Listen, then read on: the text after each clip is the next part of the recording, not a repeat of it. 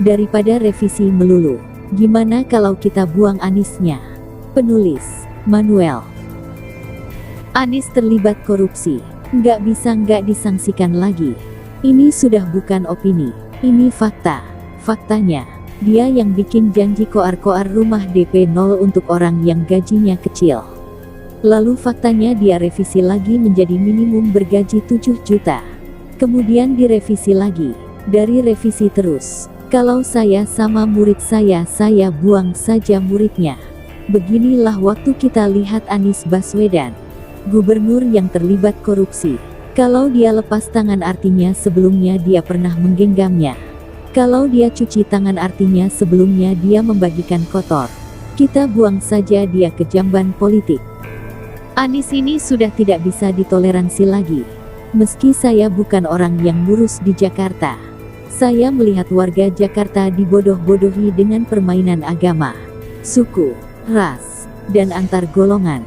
Dengan peluru pentol FPI, Anies berjaya masuk ke balai kota. Tapi yang ia kerjakan apa? Hanyalah bikin rusak. Uang-uang yang dipercayakan rakyat kepada dirinya dimain-mainkan. Janjinya dalam membangun rumah DP 0 yang awalnya napak, jadi melayang. Yang dari melayang, akhirnya tak tergapai karena gaji itu direvisi.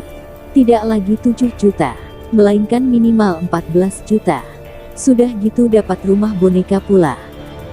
Kalau saya warga Jakarta, rumah segitu kecil mending saya cicil. Lalu saya jual lagi, untuk jadi tempat penangkaran fauna. Sungguh menista banget, warga kecil bukan lagi dikucilkan, tapi dibuang ke tong sampah. De warga kecil lah yang menjadi bahan kampanye dari Anies dan Sandi yang sekarang jadi menteri-menterian. Revisi aturan, revisi mulut, nggak sekalian dioperasi saja agar tidak banyak bicara, banyak ngomong, banyak ubah-ubah aturan. Dulu sebut air harus diserap secara vertikal. Gampang, bikin lubang katanya. Lubang apa? Lubang yang dimasukin apa? Dimasukin udara. Lubang yang dibanjiri ya. Mungkin kalau Ahok yang ngomong, warga masih percaya. Soal udara yang dimasukin ke tanah. Karena Ahok bukan hanya bacot, tapi dia kerja. Kalau Anies yang ngomong, gua kok jadi ingetnya soal banjir-banjir di lubang yang ada di kamar ya. Mungkin di kamar kali ya. Setelah gagal pakai lubang yang dibanjiri sama cairan, Anies pun langsung balik badan. Diam bungkam seperti orang yang bodoh. Cengo, pelanga-pelongo, ujung-ujungnya pakai pompa yang memang sudah terbukti efektif. Revisi lagi.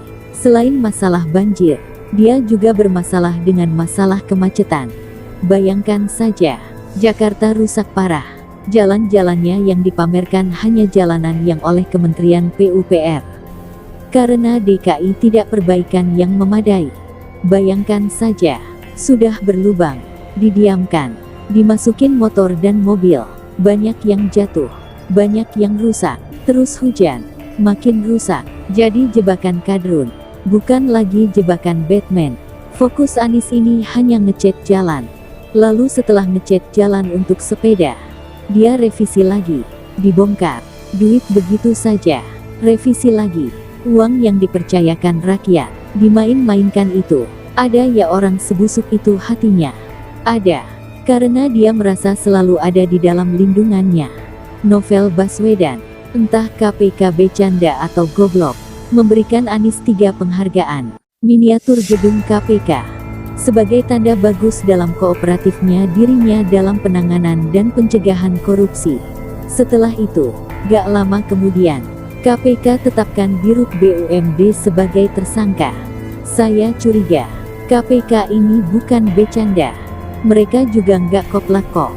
Mereka itu licik, justru dengan merebut kasus polisi, menentukan Dirut BUMD sebagai tersangka. Tampaknya mereka kelihatannya mau berada di Anies. Anies pun revisi lagi. Dia bilang dia nggak ikut-ikutan. Saat ini kasus yang sedang diusut Bareskrim. Seharusnya yang ditangkap, karena dia terbukti dalam beberapa kasus korupsi. Abai, seharusnya menjadi bukti hukum yang kuat untuk menjerat. Logikanya sederhana. Yang bikin janji siapa? Yang mulai groundbreaking siapa? Yang realisasikan siapa? Yang kasih harapan palsu siapa? Semuanya ya Anies. Makhluk yang dilindungi novel Baswedan ini. Tapi yang ditangkap siapa? Kok dirut BUMD saja? Harusnya Anies juga ditangkap.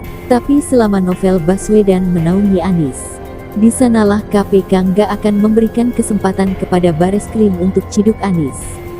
Percayalah, Ketua KPK Firly ini hanya simbol. Hanya maskot. Tapi di belakangnya, ada banyak polisi Taliban versi Neta S. Pain.